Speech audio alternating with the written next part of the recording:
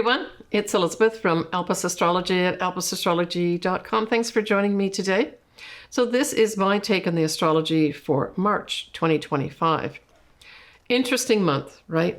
So this is starting our eclipse season. So all of March has two eclipses, one in Virgo and one in Aries. But wait, there's more. We have both Mercury and Venus going retrograde, and we have the spring equinox, and finally, we have Neptune ingressing or going into Aries at the end of the month. So let's get into it. So we'll start off on the 2nd of March, where we will have Venus going retrograde, and it will go retrograde at 10 Aries, 50 minutes. And this is significant because we're talking about what? When we're talking about Venus, we're talking about women, anything pertaining to women, but we're also talking about money and values. So right when we kick off the beginning of March, these things are going to be coming up to be reviewed, right, during the retrograde. Both Mercury and Venus, kind of in tandem, are going retrograde at similar degrees. And likewise, they're going direct at similar degrees in Pisces in April. I'll cover that more in April, but just to give you a heads up on that. All right. So we have, for the USA anyway, the 9th of March, our clocks go forward as well, just to confuse us a little bit more, right? So the first eclipse that's going to happen will be in Virgo. It will be at 23 Virgo, 56 minutes, which rounded up to about 24 degrees Virgo. So that's the moon. But because it's a full moon, that means the sun is in the opposite sign at the same degrees, but in Pisces instead. So look to see if you've got anything, say, around 24 degrees, firstly of Virgo, and then opposite sign, which is Pisces. In terms of what kind of transits go with this, we have that moon, the full moon, conjunct the south node. And this is in Virgo. And if we think about, well, what's Virgo all about? Virgo can be about our health. It can be about important facts or important information. Mercury rules Virgo, so we look to where is Mercury. And so when I looked at the moon conjuncting the south node, I thought that potentially there's going to be important facts come from the past. South node is the past, as well as the moon, by the way. That's something to do with a health crisis. Now, we've already got something ongoing. I'm making this video kind of mid-February 2025. So there is something going on right now. But this is going to bring it to a big head, right? But it can also have to do with just straight off important past information and facts come to light, right?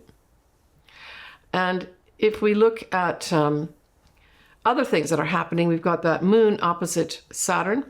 And so this is saying follow the rules and regulations as I say them. So those in command of, say, old institutions, or they have the rules and regulations that they can exert on you, they're going to be doing it at this full moon. Now, nicely, we have a setup of Uranus trining the moon, and then, of course, sextiling the sun.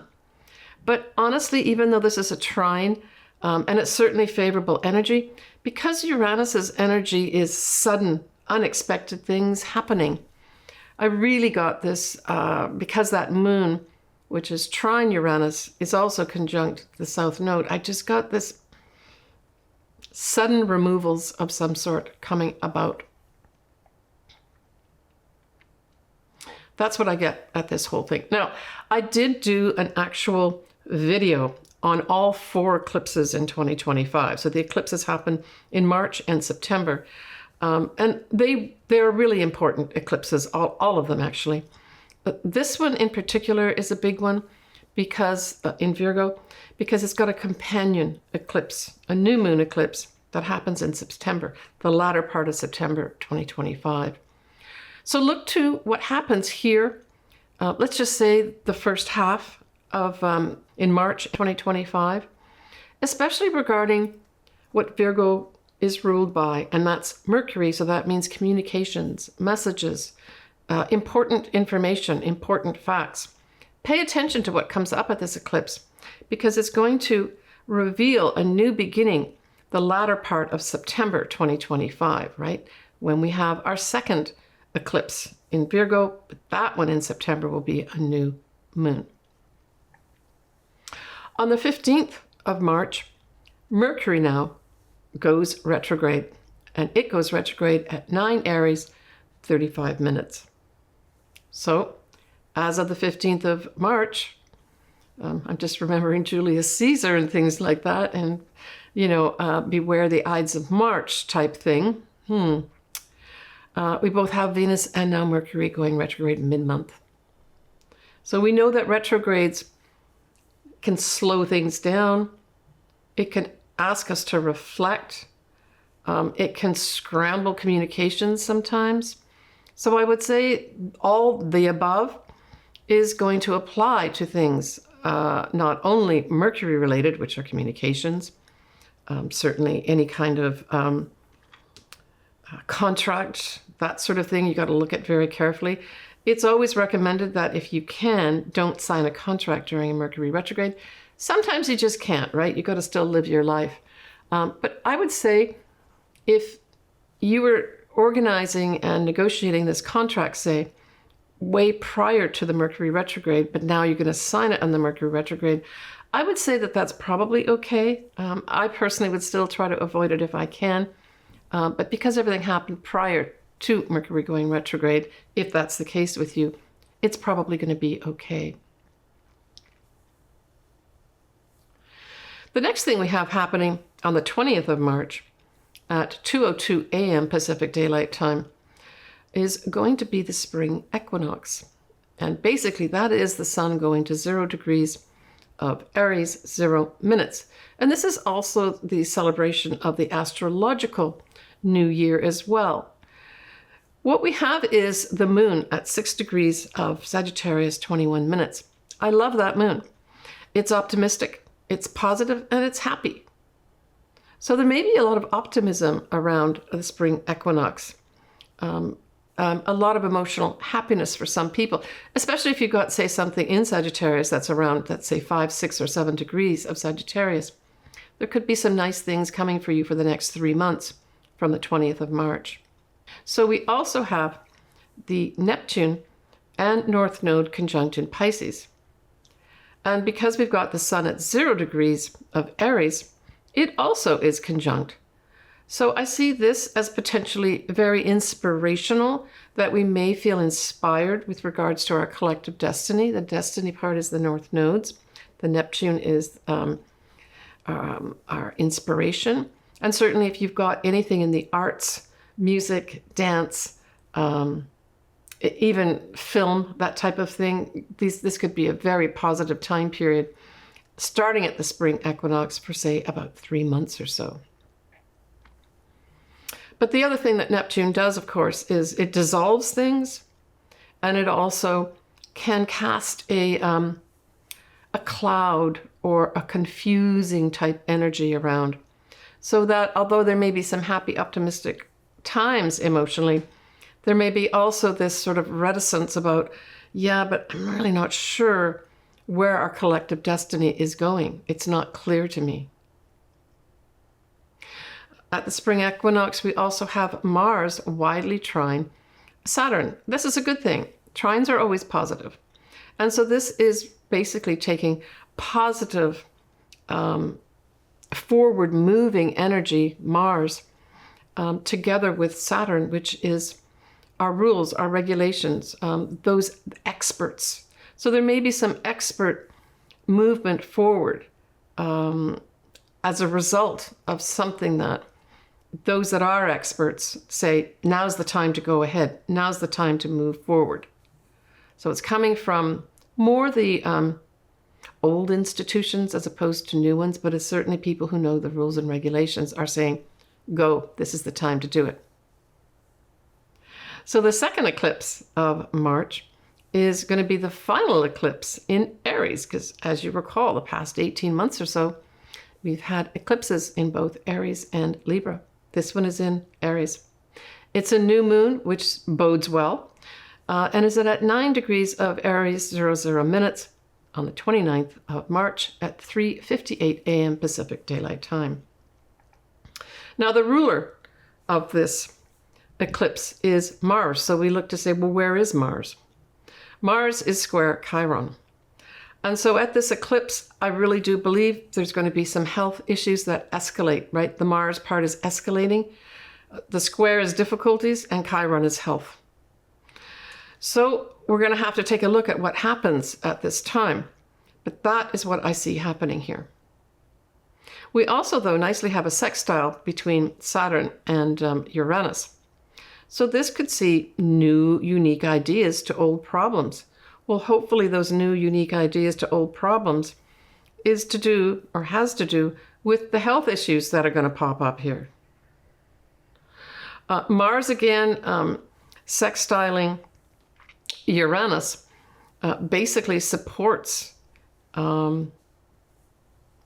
it's a supportive thing here, where it actually says, you know, what have we got going on here that's we need to break free from? So the breaking free is Uranus, and the Mars is energy to make it us break free.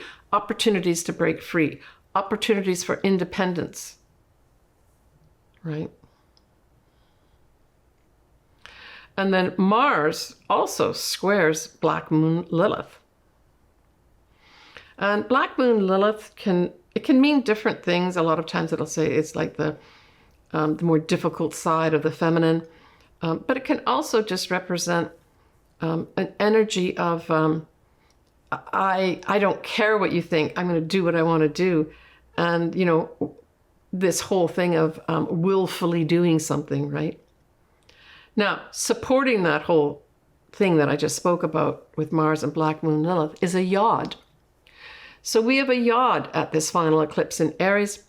At its base, we have Saturn at 24 of Pisces, Uranus at 24 of Taurus, pointing to Black Moon Lilith, up there at about 23 of Libra.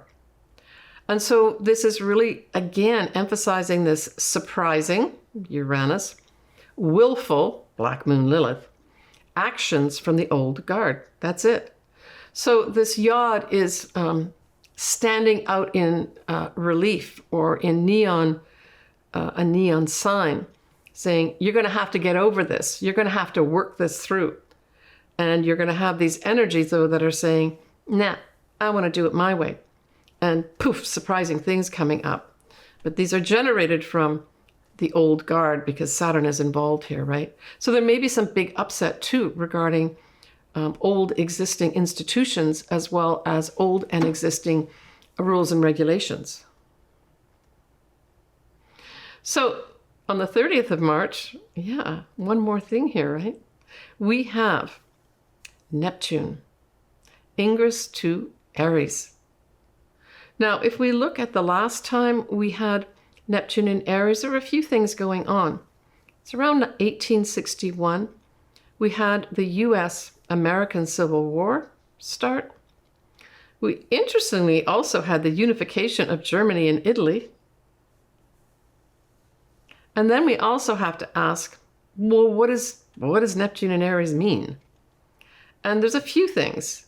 It's purposeful action, but also reaching for our individual dreams. And I really like that.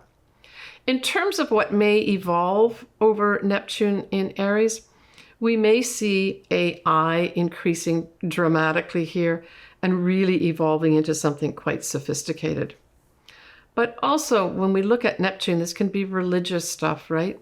And Aries is all about war. So I'm also thinking there may be some elements of a holy war going on as well with this Neptune going into Aries at the end of March. Let's hope that instead that Neptune can represent spirituality and that we can all take on the mantle of being more spiritual individuals and taking responsibility for emanating that, right? So let's just do a little peek of April. April is going to be a little less dramatic than March, but we do have both Mercury and Venus going direct at 26 and 24 degrees of Pisces respectively, which I think that's good. So expect maybe some resolution in different things, maybe money matters or anything to do with women. And then the moons we have in April are a full moon at 23 Libra and a new moon at the end of April at 7 degrees of Taurus. All right, let's move on next to the sun signs and our ascendants. You pick. I suggest you listen or watch for both. Okay, so Virgo. Well, that full moon eclipse, and it's a total eclipse, by the way, is in your sign, Virgo, right? So this is some big spotlight, some big, I think it's going to be for a lot of Virgos, endings. And it could be to do with anything in your life that really needs to end. But I'm going to tell you this, Virgo, when whatever ends in your life as a result of important information and facts coming up, you're going to have a new moon, new start, a fabulous one in September, probably the latter part of September, when you have a companion eclipse that happens as a new moon in Virgo. Yeah, something to look forward to there. Now, you have that new moon in Aries. It is in your 8th house. So this features anything to do with shared resources, money that you pay to other people, money that's you put away and is supported, like a 401k, money you put into investments, your mortgage, your credit cards. What else? It's also your psychological self and as well as your sex life. So this is a new start here. It mainly is viewed as a money house. So what I would do if I had something like this is take a really fresh look at all your investments that you have and make sure that they're running smoothly and that they will stand the test of time. Maybe even seek out some kind of independent advisor that might be able to give you some information about this. But this is a whole new start where you're going on your own path with regard to any shared resources. Maybe you're going to end some kind of outgoing financially that has been a burden for you. Because don't forget, this is a final tie-up of eclipses, right, in Aries and Libra. This one being in Aries is the final one.